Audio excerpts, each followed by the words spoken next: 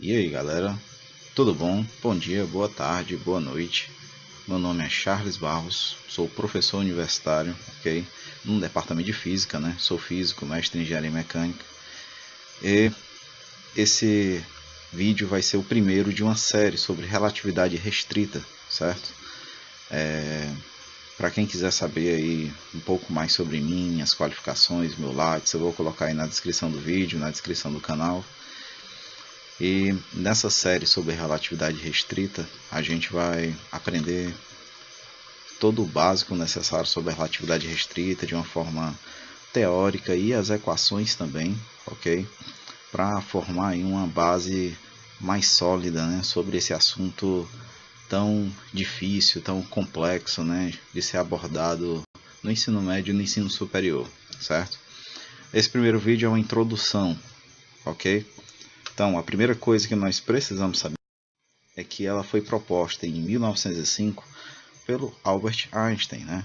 Aquele físico bem famoso, né? Que todo mundo conhece, já viu aquela foto dele com a língua de fora, fazem aqueles memes, né? Que físico, esse tipo de coisa, né? E a relatividade restrita, ela é chamada de restrita porque ela se trata de referenciais inerciais, ok? Daqui a pouco a gente vai entender melhor o que são referenciais inerciais.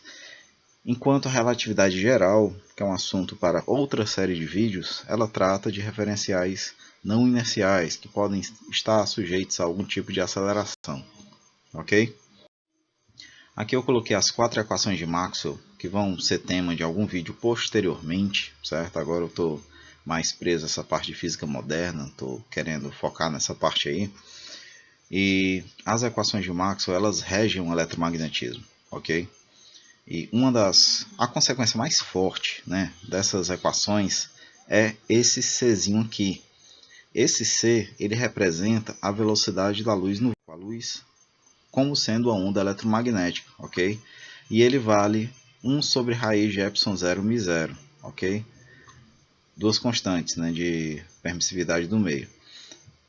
A grande questão levantada é esse valor em relação a quê? Porque todos nós sabemos que velocidade é uma grandeza medida assim de forma relativa, não é mesmo? Se você está parado numa calçada e passa um carro a 60 km por hora, aquele carro está a 60 km por hora em relação a você. Em relação ao motorista ou ao passageiro do veículo, ele está parado, não é verdade? Ok, então prossigamos para esse primeiro conceito extremamente relevante. O que é um referencial inercial, certo? Referencial inercial, assim, de forma mais básica, é um tipo de referencial no qual a lei da inércia funciona. Quem já andou de ônibus sabe que você está lá em pé no ônibus, o ônibus estando numa velocidade constante, bem direitinho, com a pista sem nenhuma trepidação, sem nenhum problema de buracos na pista, lombadas, esse tipo de coisa. E aí de repente o ônibus freia. O que acontece? Você é jogado para frente. Então esse ônibus ele pode ser considerado um referencial inercial, porque ele está se movendo com velocidade constante, ok? No momento que ele para, você sente o que? A lei da inércia, a primeira lei de Newton que te joga para frente. Então, basicamente, referenciais inerciais são referenciais que não têm aceleração, certo? Vixe, que lindo, meu irmão. Vamos dar uma apagadinha nisso aqui, né? Porque é coisa feia. Agora eu vou escrever melhor. Então, a aceleração em um referencial inercial é 0, ok? Você pode estar acelerado lá dentro dele, fazendo o que você quiser. A questão é que o referencial tem que estar com velocidade constante ou em repouso. Quando um objeto está com velocidade constante, a gente diz que ele está em um movimento retilíneo uniforme, ok? É o que nós chamamos de MRU, certo? Beleza pura. Um detalhe muito importante é que referenciais que estão sofrendo algum tipo de rotação, eles não estão com velocidade constante. Porque a velocidade, ela muda a sua direção a cada momento que você vai passando por um ponto diferente da circunferência. Se você estiver aqui no topo da roda gigante, sua velocidade aponta para cá. Quando você está aqui do lado, ela já aponta para cá. Ela muda de direção, certo? Mudando de direção, ela muda. Então, existe uma aceleração envolvida. No caso, uma aceleração centrípeta, né? Então, não é um referencial inercial, ok? Tanto que o exemplo bem interessante que nós podemos colocar em relação a isso é: se você estiver num carro que está fazendo uma curva, no momento da curva, se você deixar um copo em cima da mesa, em cima de algum canto lá do carro, no momento da curva o copo desliza e se manda, cai no chão, não é verdade? Ou seja, ele não respeita a lei da inércia. Se ele está parado, era para ele continuar parado, mas não continua porque está sofrendo com aceleração centrípeta, ok? Seguindo, eu trouxe aqui um desenho um pouco mais carregado para a gente entender o que é a questão da transformação de Galileu para posição e velocidade, certo? Bom, você considera, lembra daquele primeiro exemplo que eu falei do ônibus, né? Vamos falar de outro exemplo agora. Vamos imaginar que você está dentro de um trem com velocidade constante, certo? Vamos supor que você está num trem com velocidade constante. Você está sentado e de repente você resolve caminhar pelo corredor do trem. Você é essa partículazinha aqui. Bom, o trem é o referencial que está caminhando com velocidade v, eu chamo ele de referencial S'. Uma pessoa que esteja fora do trem, aqui na região fora do trem, perto dos trilhos, que esteja observando o trem, eu vou dizer que ela está no referencial S. Então é como se o referencial S estivesse parado aqui em relação a essa pessoa, e o referencial S' está se movendo aqui com essa velocidade v. Você começa a andar dentro do trem, certo? E sua velocidade no trem pode ser medida como sendo U', porque é a velocidade que você tem em relação ao trem. Para uma pessoa que está fora, ela não vai te ver com essa mesma velocidade, ela vai te ver com uma velocidade diferente. Eu chamei aqui de velocidade U, certo? Então, sempre que eu colocar velocidades aqui de partículas, principalmente quando for U, né? Sem linha é porque é no referencial S, com linha é porque é no referencial S'. De acordo com Galileu, a posição de uma partícula aqui no referencial S', ela pode ser correspondida no referencial S de acordo com essa equação aqui, ok? Assim, a posição em x, em y e z, elas respeitam essa relação aqui.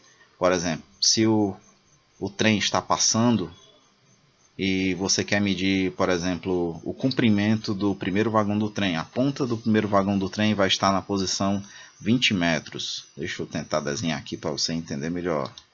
Vamos lá pegar a caneta. Vamos supor que o primeiro vagão do trem, certo, está aqui. Então, esse valor x' é como se fosse a posição desse primeiro vagão do trem.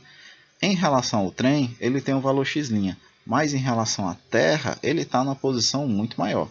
Então, a posição aqui do trem, ela tem que ser diminuída desse fator aqui. Que o que é isso? Isso é o quanto o trem andou no tempo no qual você começou a medir as coisas. Por exemplo, se você começou a fazer esses experimentos às 3 horas da tarde e quer fazer essa medida aqui às 4 horas da tarde, você tem que ver o quanto o trem andou em 1 hora. Rapaz, embolou a língua, não foi? Rapaz, mano. Então, continuando. A velocidade da pessoa sua que está dentro do trem é igual à velocidade que você é observado fora, menos a velocidade do trem. Né? Como assim? Bom, vamos supor, aqui no caso, né, eu botei você ou a partícula se deslocando na mesma direção do trem. Aqui nesse caso, essa velocidade deveria ser somada, né? Deixa eu corrigir aqui, tá? Deixa eu ver se tem como mudar aqui a cor da caneta, né, para branco. Pronto. Então aqui no caso, não tá certo, né? A velocidade no qual você vê fora é igual à velocidade que está dentro, somada da velocidade do trem. Imagine o seguinte, você agora não está aqui no trem, dentro, você está em cima do trem. Se você estiver aqui em cima do trem, e você resolve jogar um objeto para frente, com a velocidade U', Para a pessoa que está fora, ela não vai ver esse objeto com essa velocidade, ela vai ver esse objeto com a velocidade U' somada da velocidade do trem, não é verdade? Porque essa pessoa e esse objeto, a princípio, estão em repouso em cima do trem. Isso é a relatividade de Galileu. Todo mundo já viu isso no primeiro ano do ensino médio, até no ensino fundamental, no 9º ano, né? A gente vê isso, certo? Agora o interessante é a aceleração para quem está dentro do trem é a mesma para quem está fora do trem. A aceleração não sofre alterações como a velocidade. Porque assim, para quem tem nível superior, para quem está fazendo nível superior, que sabe mexer com cálculo diferencial integral, a gente sabe que a aceleração é a derivada da velocidade. Quando você faz essas derivadas aqui, esse valor v é constante, né? A velocidade que o trem se move é constante. Então, isso aqui se transforma em zero. Quando você deriva as velocidades, você vê que há uma correspondência nas acelerações de um objeto observado no trem para o objeto observado fora. A aceleração é a mesma. Até porque a velocidade do trem não muda, né? Então não tem como alterar a aceleração. Como consequência, nós sabemos que na segunda lei de Newton, a força resultante de um sistema é a massa vezes a aceleração. Então, as forças medidas dentro do trem, elas têm que ter o mesmo valor fora do trem. Ou seja, não há alteração na dinâmica, né? Para esse caso de um referencial inercial, ok? Bom, baseado nisso, a gente pode colocar aqui o enunciado do que seria o princípio da relatividade da mecânica devido às transformações de Galileu, certo? É impossível detectar um movimento retilíneo uniforme de um referencial em relação a outro por qualquer efeito sobre as leis da dinâmica. Por quê? Porque a força dentro do trem tem o mesmo valor fora do trem. Em termos miúdos, o que isso significa? Se você estiver, estou falando muito em trem, né? Vamos supor que você está num cruzeiro, né? Você é muito rico, você está num cruzeiro, viajando por aí. E aí, o cruzeiro está naquela parte assim suave, né? Viajando com velocidade constante, quebrando as ondas, até porque o cruzeiro é um navio muito grande, né? É difícil ter uma onda que faça ali uma interferência considerável, né? No movimento do navio. Então, se você estiver no cruzeiro, você nem sente que está no mar. Você sente tudo parado. Você anda dentro do cruzeiro como se estivesse parado mesmo. A mesma coisa quando você está no avião. Você está no avião, você anda dentro, quando o avião está em velocidade de cruzeiro, lá em cima, você anda nele como se ele estivesse parado, na verdade. Você nem imagina que aquele avião está a 700, 800 km por hora, né? Então é isso que o princípio da relatividade da mecânica devido a Galileu quer dizer. É impossível detectar um movimento retilíneo uniforme de um referencial em relação ao outro por quaisquer efeitos sobre as leis da dinâmica. Galileu chegou até a tentar, assim, até a comprovar, né? Fez experimentos em relação a esse princípio dentro de um navio. Ele mandou fechar a escotilha e aí ele tomava algum remédio para dormir. Aí quando acordava ele não sabia se o navio estava em movimento ou andando. Tipo, ele não tinha como saber se o navio estava em movimento ou em repouso, né? Em movimento ou andando é a mesma coisa, né? Então, prossigamos, ok?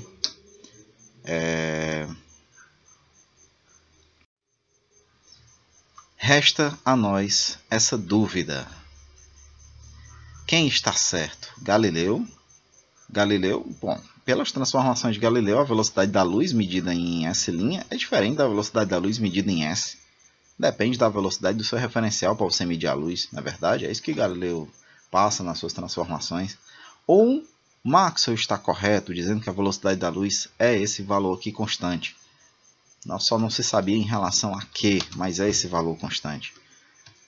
Então, na próxima aula a gente vai saber mais sobre isso, qual dos dois está correto, né? Aproveita e se inscreve aí no canal para ir acompanhando todas as aulas, para você não se perder aí no conteúdo. E obrigado aí a todos. Valeu, galera.